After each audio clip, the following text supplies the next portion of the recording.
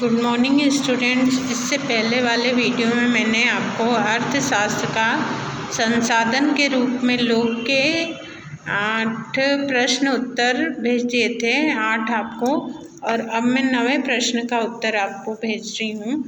9वां प्रश्न है, बेरोजगारी शब्द की आप कैसे व्याख्या करेंगे। बेरोजगारी उस समय विद्यमान कही जाती है जब प्रचलित मजदूरी की दर पर काम करने के इच्छुक लोग को रोजगार नहीं मिल पाता है।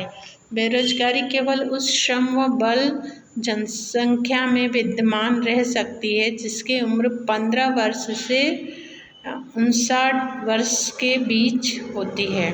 उसके बाद अगला प्रश्न है, प्रच्छन्न और मौसमी बेरोजगारी में क्या अंतर है।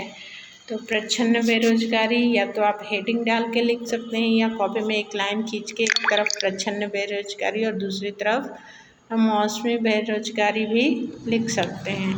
तो प्रच्छन्न बेरोजगारी में आएगा, प्रच्छन्न बेरोजगारी के अंतर्गत वह श्रमिक आते हैं जो श्रमिकों की संख्या में बढ़ोतरी करते हैं परंतु उत्पादन में कोई योगदान नहीं देते। उन्हें काम से हटा लेने पर भी उत्पादन में कोई कमी नहीं जाती। मौसमी बेरोजगारी में मौसमी बेरोजगारी वह है जिसमें श्रमिकों को कई वर्षों के कुछ खास महीने में कार्य प्राप्त होता है। प्रच्छन्न बेरोजगारी में आएगा कि यह केवल ग्रामीण क्षेत्रों में अधिक संख्या में पाई जाती है। उसके बाद मौसमी बेरोजगारी शहरी और ग्रामीण दोनों क्षेत्रों में पाई जाती है। यह प्राय कृषि क्षेत्र में पाई जाती है। यह प्रायः कृषि आधारित उद्योगों में पाई जाती है। इसके बाद अगला प्रश्न है, शिक्षित बेरोजगारी भारत के लिए एक विशेष समस्या क्यों है। तो इसका उत्तर है, शिक्षित बेरोजगारी वह स्थिति है जिसमें मैट्रिक, स्नातक और स्नातकोत्तर की उपाधि के साथ कई युवाओं को उपयुक्त नौकरी नहीं मिल पाती है।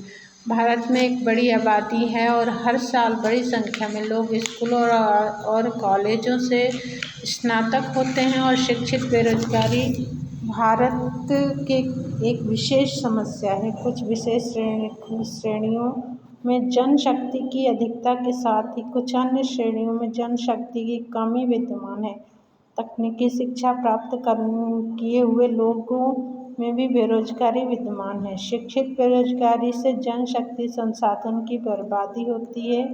जो लोग अर्थव्यवस्था की संपत्ति होते हैं, बेरोजगारी के कारण वे दूसरों के दायित्व बन जाते हैं।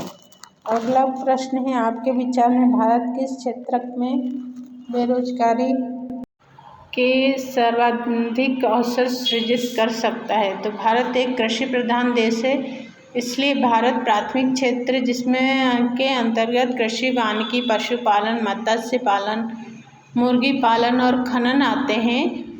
भारत कृषि व विनिमय क्षेत्र में रोजगार के सर्वाधिक अवसर सृजित कर सकता है। उसके बाद प्रश्न 13 है, क्या आप शिक्षा प्रणाली में शिक्षित बेरोजगारों की समस्या दूर करने के लिए कुछ उपाय सुझा सकते हैं। इसका उत्तर है, शिक्षा प्रणाली में व्यावसायिक शिक्षा पर आर्थिक जोर देना चाहिए। शिक्षा प्रणाली में प्राथमिक क्षेत्र को विकसित करने के उपायों का अध्ययन जोड़ना चाहिए। जैव प्रौद्योगिकी तथा सूचना प्रौद्योगिकी का अध्ययन भी शिक्षा प्रणाली के अंतर्गत होना चाहिए।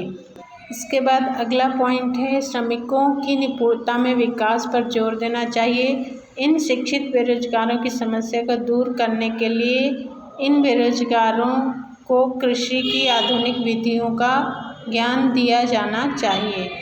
किस पूंजी को आप सबसे अच्छा मानते हैं। भूमि, श्रम, भौतिक पूंजी और मानव पूंजी। क्यों? मानव पूंजी ही सबसे अच्छी है क्योंकि इस पूंजी द्वारा दूसरे संसाधन जैसे भूमि, श्रम और भौतिक पूंजी उपयोगी बनते हैं। मानव पूंजी का निवेश ही अन्य साधनों का उचित उपभोग करवाता है। जापान का विकसित देश होना मानव पूंजी के निवेश से ही संभव हुआ है, इसलिए मानव पूंजी ही सबसे अच्छी पूंजी है। तो इसके साथ ही ये आपका चैप्टर कंप्लीट हो गया है। अगले वीडियो में मैं आपको अगला चैप्टर भेजूँगी।